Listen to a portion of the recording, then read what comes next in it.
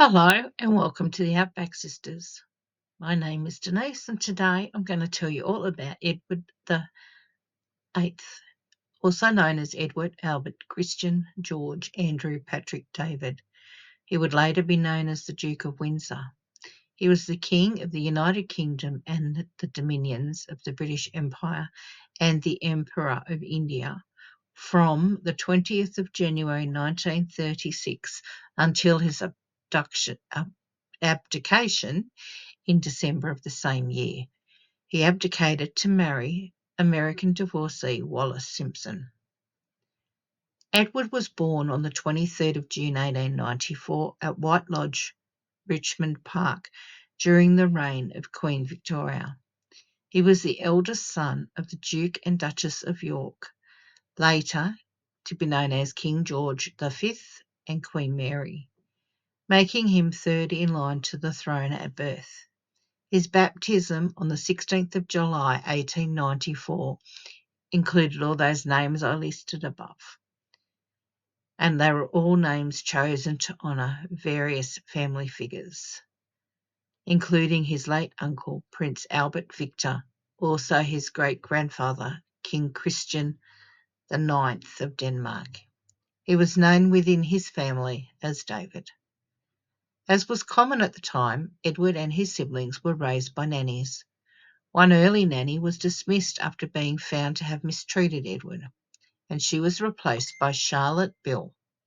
His father was strict but affectionate, while his mother, despite her stern public image, had a playful side with her children.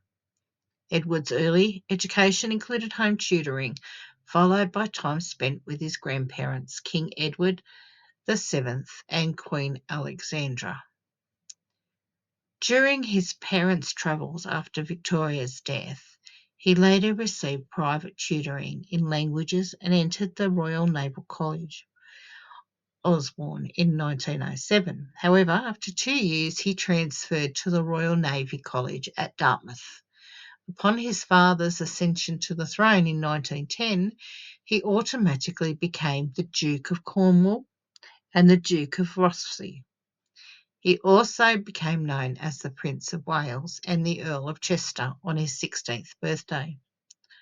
Although preparations for his future as king began, Edward was withdrawn from his naval training before graduation and served briefly as a midshipman. He then attended Magdalen College, Oxford, but left after 2 years without obtaining a degree. He was known for a love of horses, and he played polo during his time at Oxford. Edward was officially invested as Prince of Wales in a ceremony at a castle whose name I can't say, and I will spell it. It's Caernarfon on the 13th of July 1911, and it was organised by the Welsh politician David Lloyd George. This event, styled as a Welsh pageant, included Edward speaking a few words in Welsh. When World War I broke out in 1914, Edward, eager to serve, joined the Grenadier Guards. However, his request to fight on the front lines was denied by Lord Kitchener, who feared the repercussions of the heir apparent being captured. Edward did visit the front and was awarded the Military Cross in 1916. He also trained as a pilot, gaining his licence in 1918.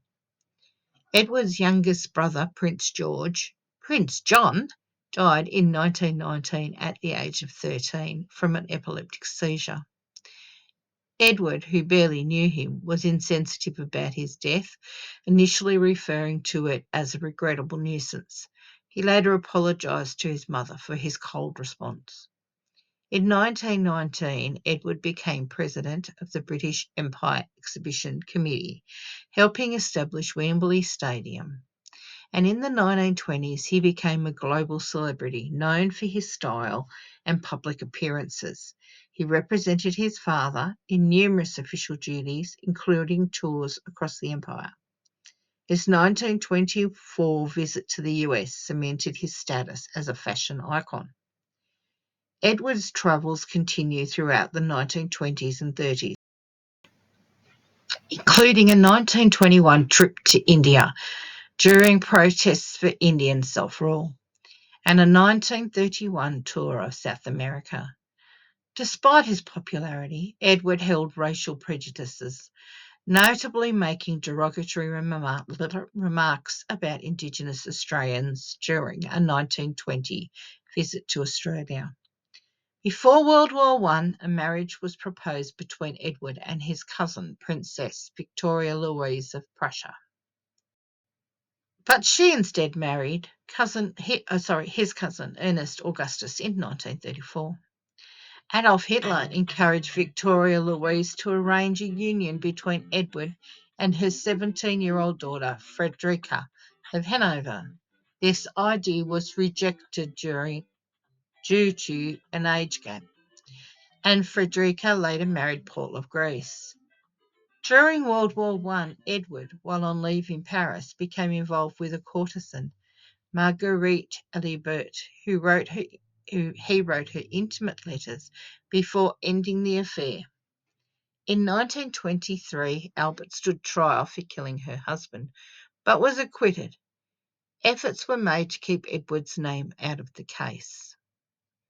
In 1917, Edward began a relationship with Rosemary Levison Gower, and he reportedly proposed to her. The relationship ended due to royal disapproval of her family connections. Edward's reckless lifestyle and relationship with married women in the 1920s and 30s alarmed the King and Prime Minister Baldwin. The King feared Edward would damage the monarchy and openly favoured his second son, Albert, later George VI, and his granddaughter Elizabeth, praying Edward would never marry or have children. In 1930, Edward was granted Fort Belvedere as a residence, where he continued affairs with married women, including Lady Finesse. Through her, he met Wallis Simpson, a twice-married American. Though Edward denied the affair to his father, he and Wallis became lovers, and the relationship strained an already tense bond with the King. Though Simpson was briefly received at the palace in 1935, the royal family later refused to acknowledge her. Edward VIII became king on the 20th of January 1936, following the death of his father, George. He broke royal tradition by watching his own Ascension proclamation and later became the first British monarch to fly in an aircraft. Early in his reign, Edward raised political concerns by appearing to interfere in government affairs, particularly after commenting that something must be done for unemployed miners in South Wales. Officials were also uneasy about his casual handling of state documents and the influence that Wallis Simpson was having. Edward's reign was also saw unusual choices, such as insisting his coinage portrait faced the same direction as his father's to show his hair part. Only test coins were minted before his abdication in July 1936. In July 1936, a man was arrested with a gun near Edward, later claiming he was working for MI5, though this story has largely been dismissed. In that summer, Edward and Simpson cruised the Mediterranean as her divorce proceedings began, and he began signalling his intent to marry her. Though the British press remained silent, rumours were widespread abroad. On the 16th of November, Edward informed Prime Minister Baldwin of his intentions to marry Simpson, but was warned that neither the public nor the Church of England would accept the twice-divorced American as Queen. Edward proposed a morganatic marriage, remaining king while Simpson would not become Queen. But it was rejected by the government and the Dominions. Facing pressure, Edward chose abdication over abandoning Simpson. On the 10th of December 1936, he signed the abdication papers at Fort Belvedere. His brother Albert became king. George VI and Edward addressed the nation, saying he could not continue without the woman he loved. He left Britain the next day and later reunited with Simpson after her divorce was finalised. At that time, Princess Elizabeth became heir presumptive. On the 12th of December 1936, George announced his intention to grant his brother Edward the title of Duke of Windsor and the style of Royal Highness, his first act as king, though the formal grant was signed in March 1937.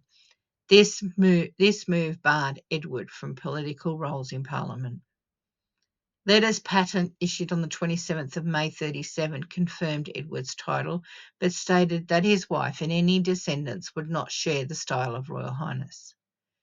Some ministers argued that the confirmation was unnecessary, as Edward retained the title by default. Others believe he should lose all royal rank and be addressed simply as Mr. Edward Windsor.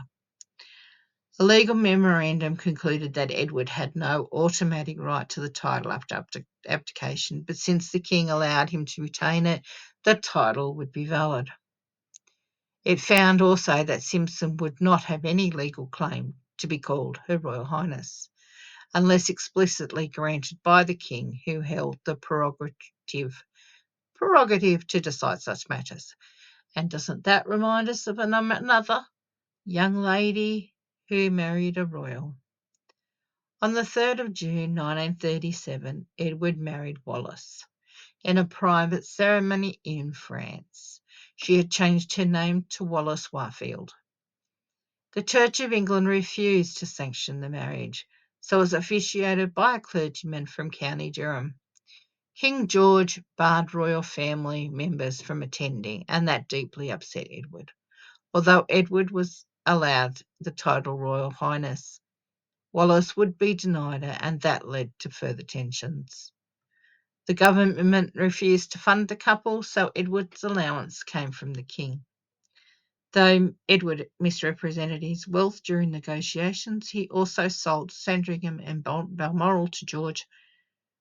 Early in George's reign, Edward persistently demanded money and royal status for Wallis, straining their relationship. The Duke hoped to return to Britain, but was warned his allowance would be cut if he did so uninvited. His relationship with his mother, Queen Mary, also broke down. In October 1937, Edward and Wallis visited Nazi Germany and met Hitler.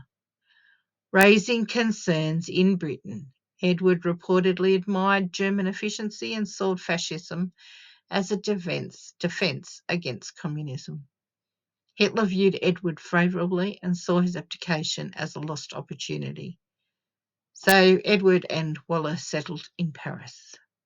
In 1939, Edward broadcast a plea for peace, and it was interpreted as pro-appeasement. At the outbreak of World War II, he briefly served with the British military in France. After fleeing the German invasion, he and Wallis moved through Spain to Portugal. British authorities feared Edward's Nazi sympathies, and Churchill threatened him with a court-martial if he did not return to British territory. In July 1940, Edward was appointed governor of the Bahamas. He was really unhappy in that role, but he was praised for addressing poverty and had good relations with the local black leaders. However, he also made racist remarks and blamed wartime unrest on communist and Jewish influences, and he resigned in 1945. Many believe Hitler hoped to reinstall Edward as king in a pro-German regime. Edward's wartime comments and visits to Nazi leaders fueled such suspicions. Allied surveillance and intelligence reports deepened concerns, especially regarding Wallis's alleged ties to German officials. At the end of the war, sensitive documents linking Edward to Nazi contacts were retrieved by British agents and kept in the Royal Archives. The later release of the Marburg files added to the evidence of his sympathies. Edward later denied being pro-Nazi, but admitted admiration for Germany. In private, he criticised Allied leaders and downplayed Hitler's actions, suggesting that lingering sympathies even decades after the war. Edward and Wallis returned to France and lived in quiet retirement. Edward never held another official role. Between 46 and 49, Kenneth de Courcy proposed a scheme in letters suggesting Edward return to England, possibly as a regent due to George's poor health and concerns over Mountbatten influence on Princess Elizabeth. One idea was for Edward to buy an estate near London to regain public favour. He hesitated, and the king recovered. Another suggestion that Edward become king of a British-occupied German zone also came to nothing. Edward's income was supplemented by government favours and illicit currency trading. Paris granted the couple a home, low rent, and France exempted him from income tax. They lived a lavish lifestyle, buying goods that were duty-free and acquiring their own personally owned property. A weekend retreat in 1952. Edward had a memoir, ghost written in 1951, called A King's Story, and he criticised liberal politics, and that also added to their income. In the 1950s and 60s, the couple lived as international celebrities, dividing their time between Paris and New York and socialising with elite circles. Edward's shallow conversation was noted by contemporaries like Gore Vidal. They doted on their pug dogs. They watched Queen Elizabeth II's 1953 coronation on television rather than attending. He cited royal precedent and published articles and a short book about the event. The couple visited US Presidents Eisenhower and Nixon and appeared on television interviews. He remained publicly active. However, Wallis was never accepted by the royal family. Queen Mary, refused to receive her, and though Edward occasionally met his family, relations remained strained. They visited London in 1965 and met several royals. They attended a family memorial. Edward gave further interviews in the 60s but declined to attend Prince Charles's 1969 investiture, citing his age.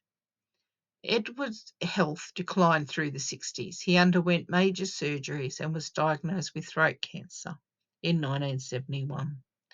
Queen Elizabeth visited him briefly in 1972, and that was just 10 days before he died in Paris on May the 28th.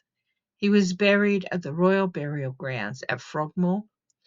Wallis was increasingly frail and suffered from dementia.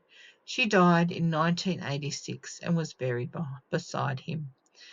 Though modern interpretations have often cited politics as the cause of Edward's abdication, historian Philip Williamson argues this could be incorrect, as religious constraints were central, even if they seem outdated to today's more secular and divorce-tolerant society. So, I hope you enjoyed that. I'd like to say love conquers all, but sometimes it just doesn't. But at least they ended up together. Okay, I hope to see you again soon. Bye.